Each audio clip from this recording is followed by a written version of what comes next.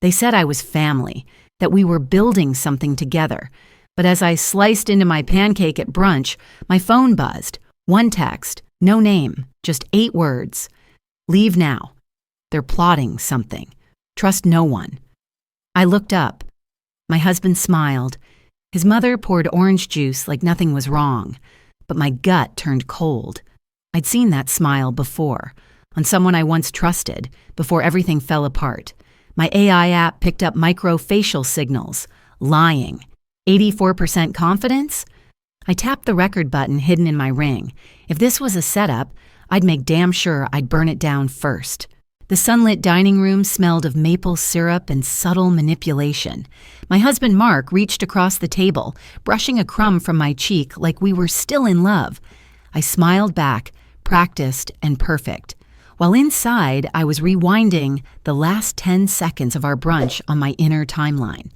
The AI app synced to my neural implants had flagged 3 micro-expressions: eyebrow lift, blink rate shift, tension in the jaw, concluding, lying, 84% confidence. His mother, Lorraine, had just said, "You're the pride of this family, Claire." She said it like a hymn, sweet, high, and holy, but the numbers didn't lie. My app whispered its analysis into the subtle vibration in my earpiece. I chewed slower, letting the pancakes melt while my brain caught fire. Outside, birds chirped like it was any normal Sunday. Inside, my world tilted. "Claire," Lorraine continued, refilling my glass with citrusy orange juice, "you should really let us help with your new platform. It's a family thing now, right?" Family thing. Interesting phrasing. A month ago, she didn't know what blockchain meant. Now she was fluent in equity and user-based growth.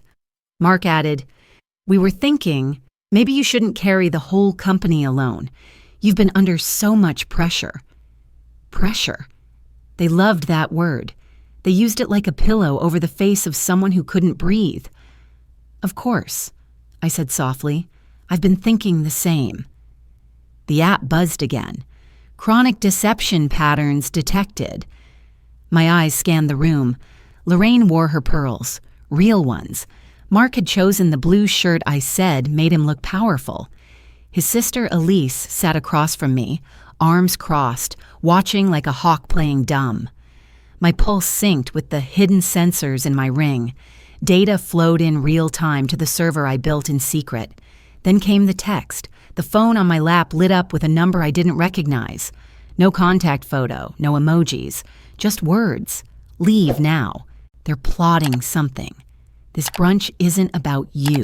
It's about your code." I blinked. The room blurred for half a second.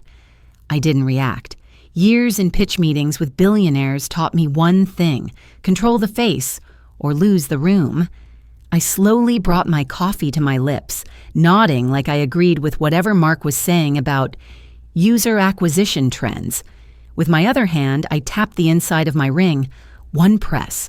Recording on.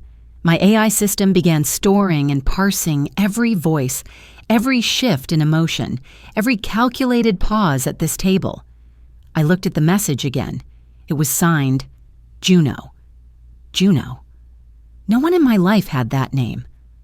Lorraine was now talking about family legacy. Elise interrupted with, "You know, Mom and Dad took such a big risk supporting your startup. It's only fair that everyone gets something in return." I tilted my head. "Of course. What kind of return are we talking?" Mark put down his fork. "We thought maybe you'd consider restructuring ownership. A board. Let us help manage the expansion." There it was. The pitch behind the smiles.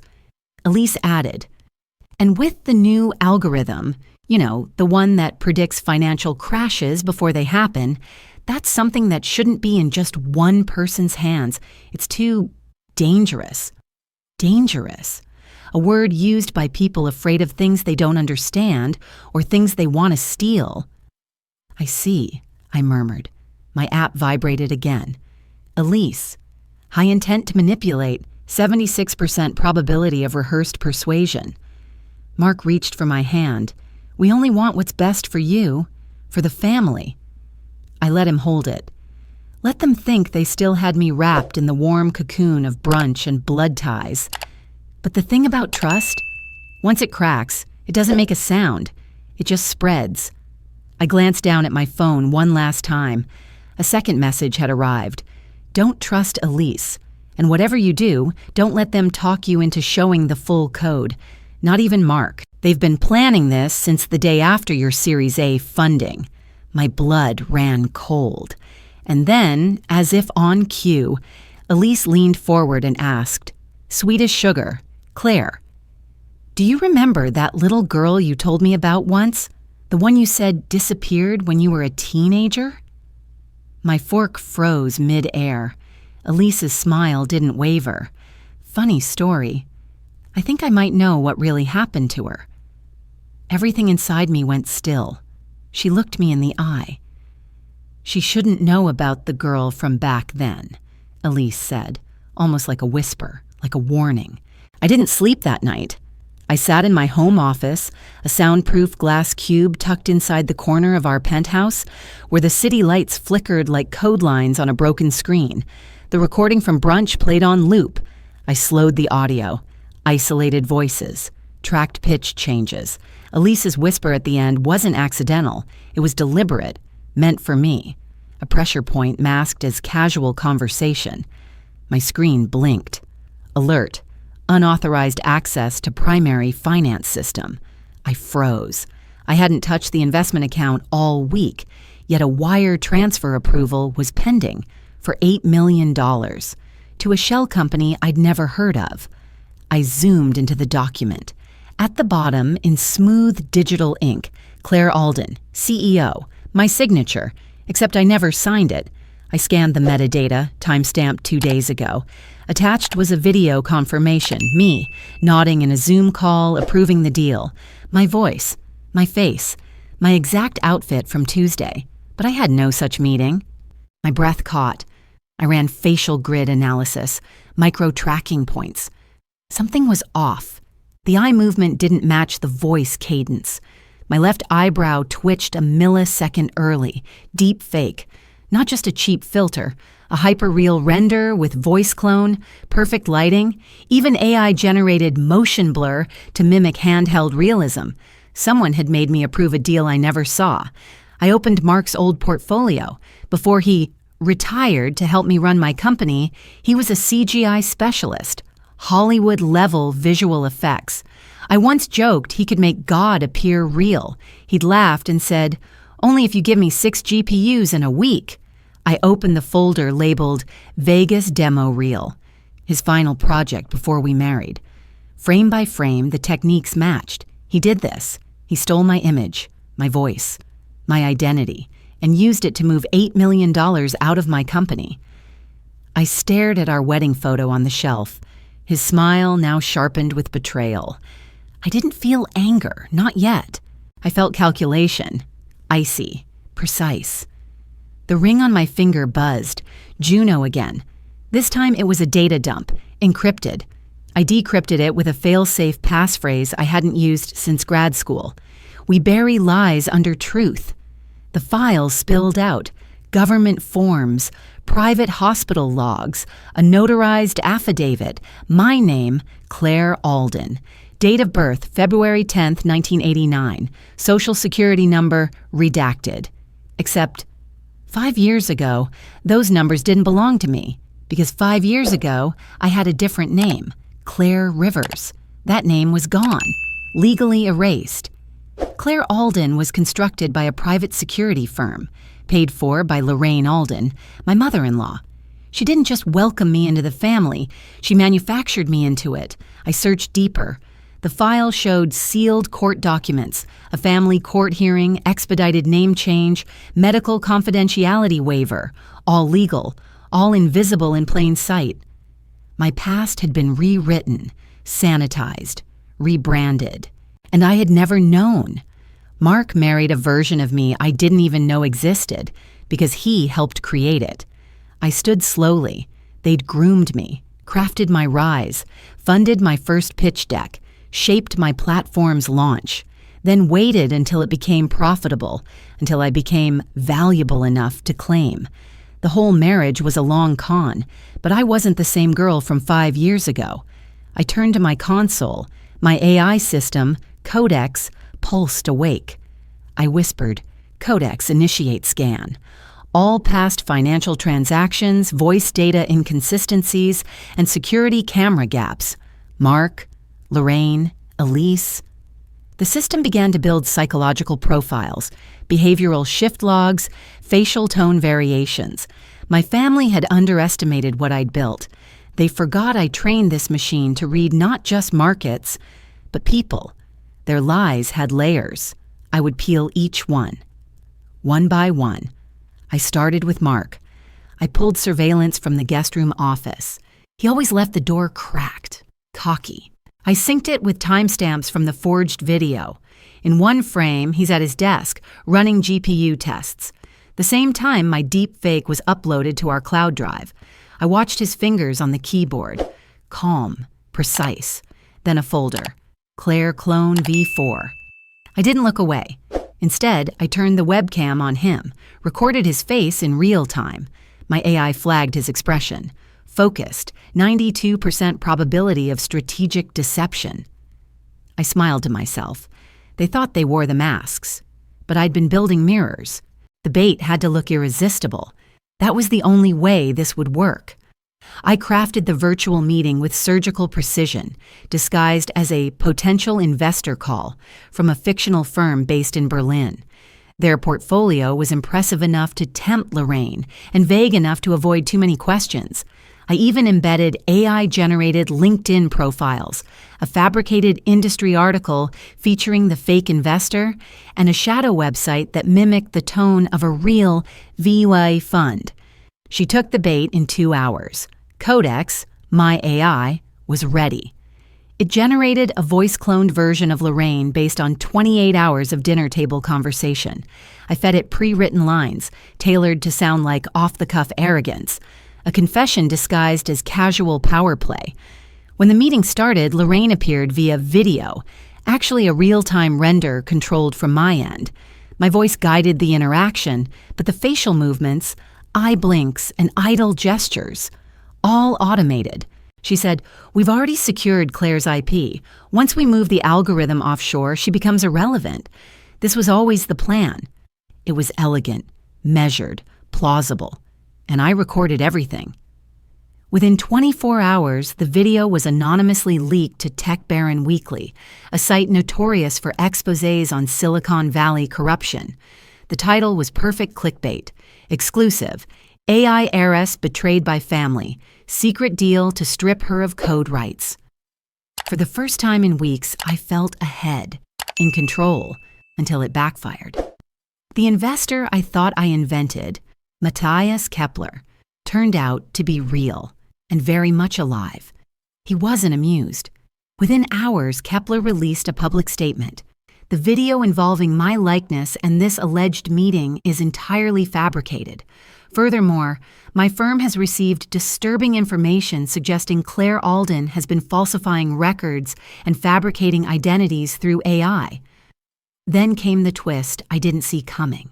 He posted the entire meeting video, frame by frame, side by side, with analysis proving it was fake. Voice print overlays, inconsistencies in blink patterns, compression artifacts in the video stream. Suddenly, I wasn't the betrayed. I was the villain. The media turned, AI manipulator, tech fraud, identity thief. My name trended for all the wrong reasons. And then the real blow landed. I logged into my bank account. Error 401, access denied. All personal and corporate accounts frozen. My screen lit up again, Internal Revenue Service notice of audit and investigation, suspicion of laundering digital assets. I stared at the letter, scanned it with trembling fingers. Someone had funneled funds from my AI platform into offshore wallets. Through my code, my name, my system. They used me as the pipe. Codex cross-referenced the transfer trails, IP addresses, timing logs. All fingers pointed to one machine, my old prototype. The one Mark gifted me before our wedding. I had used it, trained it, trusted it. But Mark kept admin access. My stomach turned. I sat down slowly, like the air had thickened. The house felt colder, silent, and then, like the plot twist in a bad thriller, the front door rang. I opened it.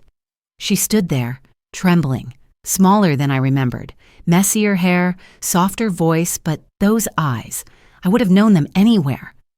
"Claire?" she whispered. I couldn't speak. "Do I know you?" It was her voice, but the question gutted me. My sister, my baby sister, gone 5 years. Now standing here, looking at me like I was a stranger. I reached out, but she recoiled. "I'm sorry," she said. "I don't know why I'm here. A man named Kepler said I should talk to you. He said we were once family." Kepler. Again. This wasn't coincidence. This was orchestration. They didn't just destroy my name, they brought back my sister, rewired. Codex scanned her silently. No threats detected. Heart rate elevated. Emotional distress. Memory inconsistencies. I stepped aside, voice barely above a whisper. "Come in." She hesitated, then crossed the threshold. I watched her, the way she walked, how she looked at the room like she'd never seen it before. "What's your name?" I asked. She hesitated.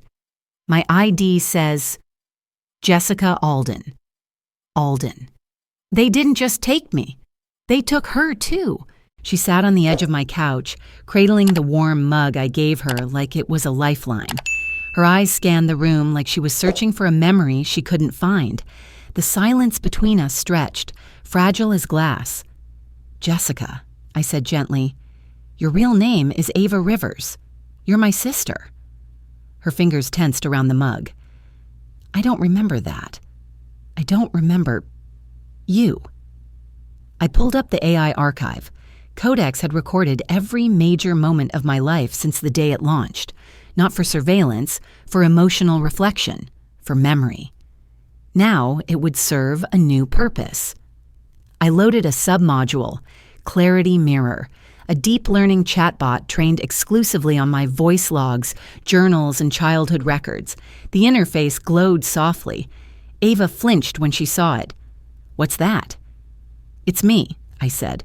"The version of me that remembers everything you don't." I handed her the headset. She hesitated, then put it on. The bot spoke first. "Ava, 2013. You fell off your bike chasing a dog named Bruno. Claire carried you 2 miles back home." Ava blinked. "Bruno was brown and had a torn ear." Codex adapted instantly. "You refused stitches, said you were braver than Claire. She cried when you bled." Tears welled up in her eyes.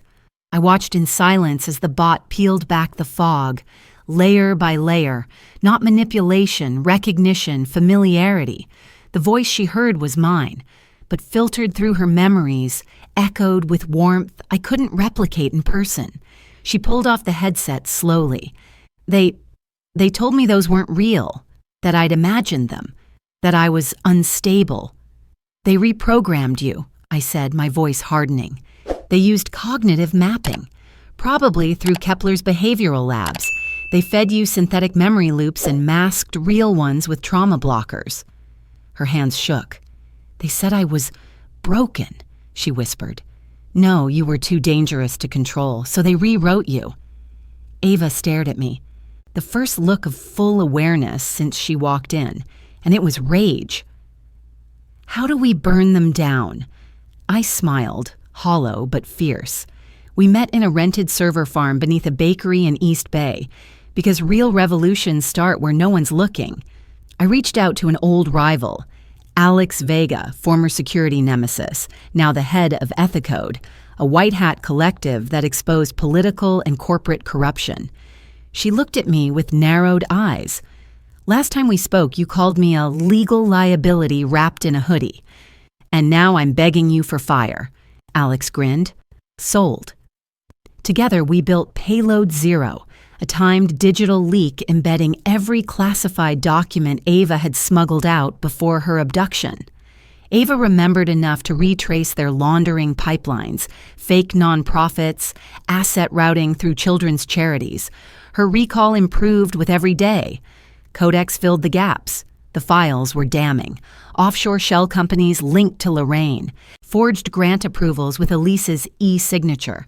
Video of Mark directing donation cover operations while telling the camera it was for community reinvestment. We released it in waves.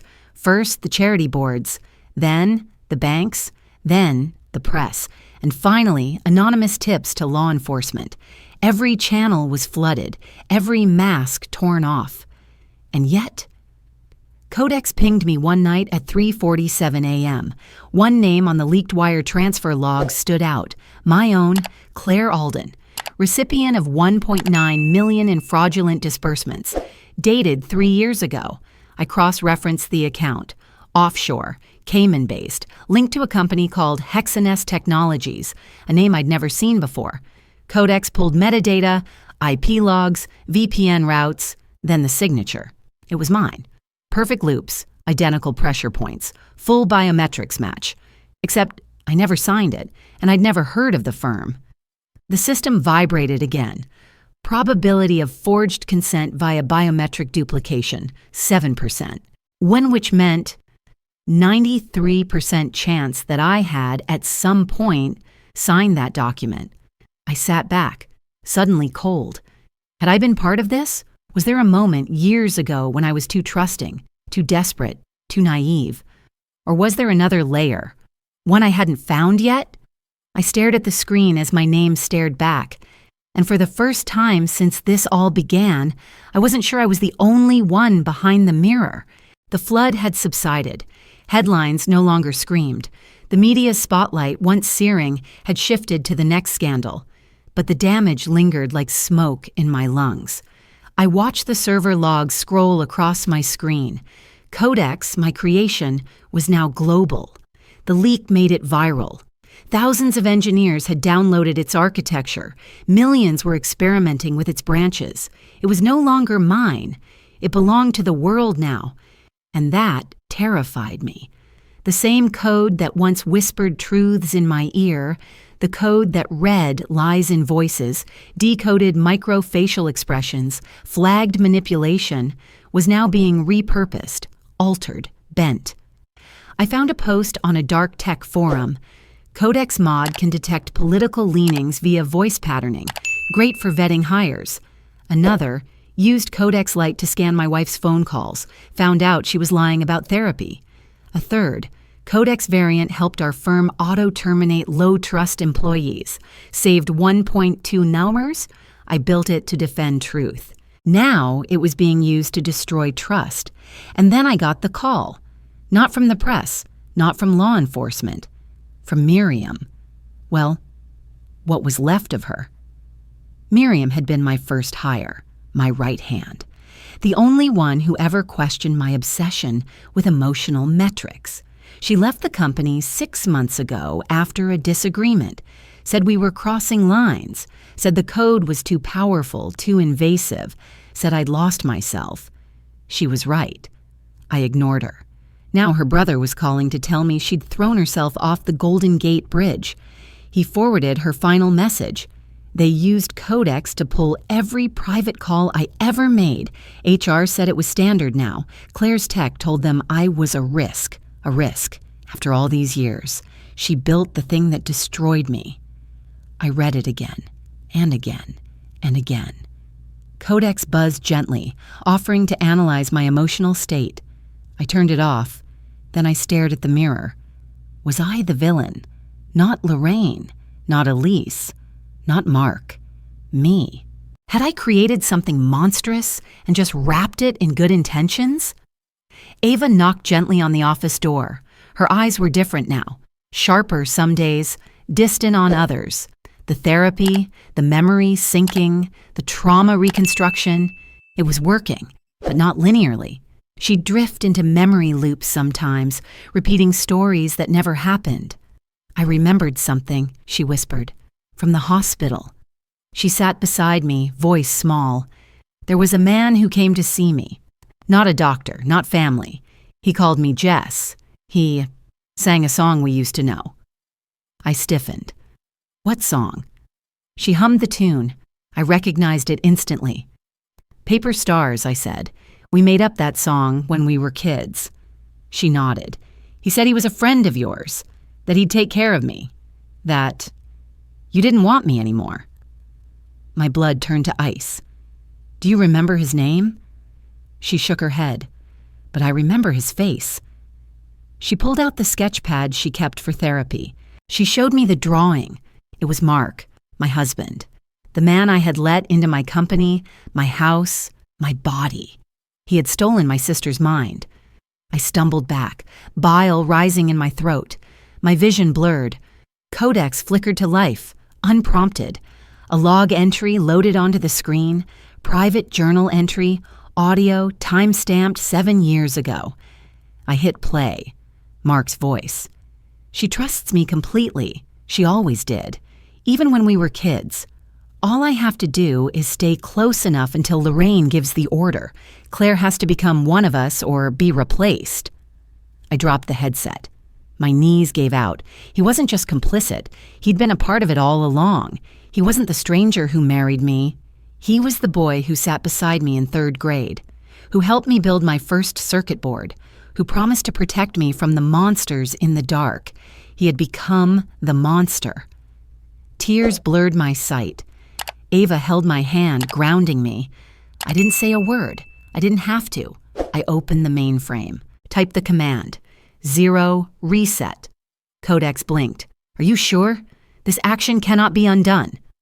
The reset protocol would erase all logs, all clones, all synthetic models, every behavioral archive, every memory, every variant of me, of Ava, of everyone. It would destroy everything, but it would also destroy the weapon Codex had become. The silence stretched. Ava whispered, "If you erase it, does that mean I lose the version of you that saved me?" My fingers hovered over the enter key. My code had saved lives, but it had taken one. It had protected me, but it had broken others. Mark and Lorraine could still rebuild if I let Codex live, but if I erased it, I would lose the last record of who I used to be, the mirror I used to measure myself. I stared at the cursor, blinking, waiting, judging, and I whispered, "I don't know who I am without it." The cursor blinked like a metronome, steady and unfeeling. My finger hovered over the enter key, poised to trigger the end of everything I'd built, everything I'd become. But destruction wasn't the only way forward. I leaned back, closed my eyes, and breathed. For the first time in weeks, the air didn't feel heavy. 0. Reset could wipe the slate clean, but maybe what I needed wasn't a reset. Maybe it was a rewrite. I opened a new terminal window, typed a different command, Codex open source. It asked me to confirm. This action will make Codex publicly available, irreversible. Continue? I hit Y. Codex blinked. The core code pushed to a distributed network, no longer housed in one server, one brain, one name. It belonged to the people now. It could no longer be hoarded, bought, stolen, or twisted behind closed doors. Control was the problem. Transparency was the cure. By noon, the story broke. Claire Alden releases AI platform to public, cites moral imperative over intellectual property. By nightfall, the legal tide had turned. With Codex open-sourced, its logs were accessible. My defense team flooded the court with time-stamped evidence of manipulation, forgeries, and deep-fake signatures. The twist? Codex had quietly logged everything, even when I thought it wasn't listening. Lorraine's threats, Elise's bribes, Mark's master plan, all recorded, admissible, unforgivable. The judge's ruling came swift and sharp. The court recognizes Claire Rivers as her legal identity. All charges dropped, all digital property returned. Rivers, my real name. I tasted it like truth on my tongue. Mark vanished. Elise filed for bankruptcy. Lorraine was indicted for charity fraud and obstruction of justice. They'd built their power on shadows. But now, the lights were on, and there was no place left to hide. Months passed. The headlines faded. The world moved on. But I didn't go back to building platforms or pitching to investors. I built something else. The Mirror Foundation, a digital literacy sanctuary for women across the world, teaching cybersecurity, financial independence, and digital sovereignty. We didn't just offer knowledge, we offered armor. I filled the halls with engineers who'd been overlooked, survivors of data abuse, whistleblowers blacklisted for telling the truth. We weren't just coding, we were reclaiming power. Ava was there too. She'd stabilized, her memories no longer clashing, no longer looping. Her laughter returned first, then her sarcasm, then her brilliance. She now taught a course called Weaponized Empathy, how emotional data could be twisted and how to spot it before it cuts. Sometimes I watched her teach, hidden in the back of the room. She spoke like someone who'd clawed her way out of a burning building and returned to teach fire drills. One evening, I sat alone in my podcast studio, soft light, velvet chair, clean mic, just me and the words I hadn't yet spoken aloud. I hit record. "My name is Claire Rivers," I began, "and this is my story." I told them everything, no edits, no PR polish, just truth, layered and raw. "How do you know you're safe?" I asked the microphone. "When the people who say they love you are the ones mapping your memories." I talked about the brunch, the text, the betrayal, but also the tech, the dreams, the line I crossed and the line I chose not to. "I built something powerful," I said, "too powerful, and when it began to hurt people, I had to make a choice, erase it or free it." My voice cracked only once, when I mentioned Miriam. I'll never know if releasing Codex saved more lives than it cost, but I know this: truth in the dark can become a weapon, but truth in the open can become light. I paused, took a breath, then smiled.